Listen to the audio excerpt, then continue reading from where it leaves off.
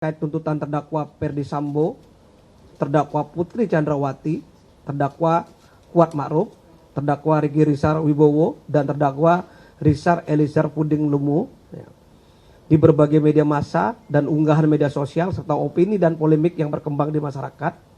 Pada pagi hari ini saya akan menyampaikan hal-hal yang penting terkait pertimbangan-pertimbangan yang logis, yuridis, dan akuntabel dapat dipertanggungjawabkan. Kenapa tuntutan dibacakan, ada yang seumur hidup, ada yang 12 tahun, dan ada yang 8 tahun.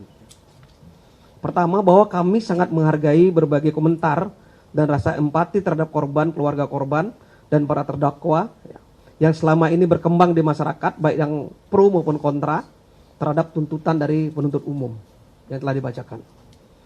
Kemudian, penentuan tinggi rendahnya tuntutan yang diajukan terhadap para terdakwa mempertimbangkan berbagai persyaratan, baik itu mempertimbangkan dari sisi pelaku, dari sisi korban, dan peran masing-masing para terdakwa, termasuk latar belakang terdakwa, dan rasa keadilan yang berkembang di masyarakat juga kami pertimbangkan. Penilaian tuntutan bukan saja dilihat dari mens rea para terdakwa, tetapi bersama niat dan perbedaan peran masing-masing terdakwa yang terungkap di persidangan tentunya. Tentu menjadi pertimbangan yang matang dalam menuntut para terdakwa sebagaimana dibuktikan oleh teman-teman penuntut umum, yaitu pasal 30, 340 KUHP junto pasal 55 ayat 1 KUHP ayat 1 ke 1 KUHP.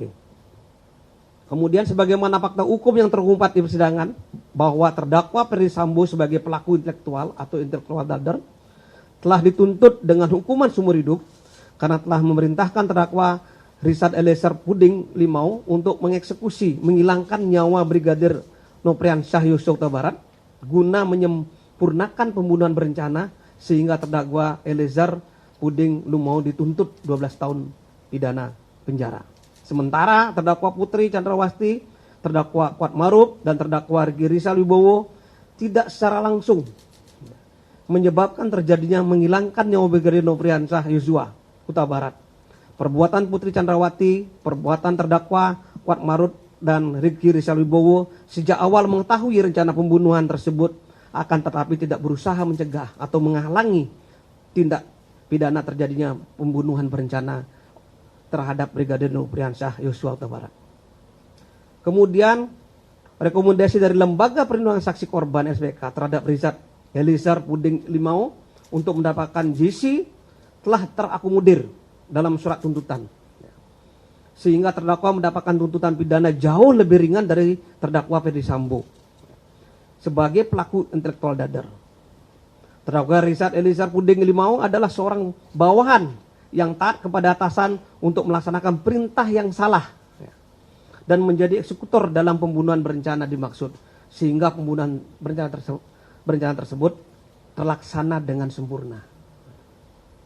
Bahwa kasus pembunuhan berencana bukanlah termasuk yang diatur dalam pasal 28 ayat 2 huruf A Undang-Undang RI nomor 31 tahun 2015 tentang perlindungan saksi dan korban, yang pokoknya tidak, yaitu yang akan diungkap merupakan tindak pidana dalam kasus tertentu yang juga tidak termasuk dalam edaran Mahkamah Agung nomor 4 tahun 2011 ya, termasuk kasus tertentu yang disebut ya, yaitu antara lain ini disebut di dalam surat edaran Mahkamah Agung nomor 4 2011 ya, tindak pidana korupsi, tindak pidana terorisme, tindak pidana narkotika, dan tindak pidana pencucian uang, perdagangan orang, maupun tindak pidana lainnya yang bersifat terorganisir.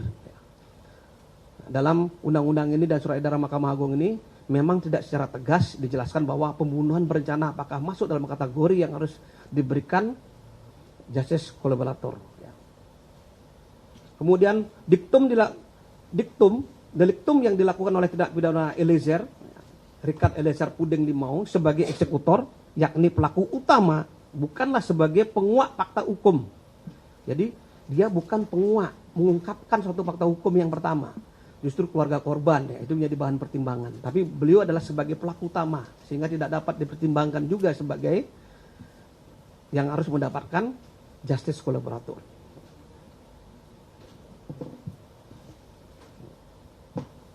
Itu juga sudah sesuai dengan SEMA nomor 4 2011 dan Undang-Undang Perlindungan Saksi dan Korban. Demikian yang bisa saya sampaikan. terkait dengan dasar-dasar pertimbangan penuntut umum memberikan hukuman yang berbeda, yaitu sebagai pelaku utama atau intellectual dader yaitu Freddy Sambo dengan hukuman seumur hidup, Eliezer tadi dengan hukuman 12 tahun, dan beberapa terdakwa lainnya diberikan hukuman 8 tahun, ya, agar tidak menjadi polemik lagi di masyarakat.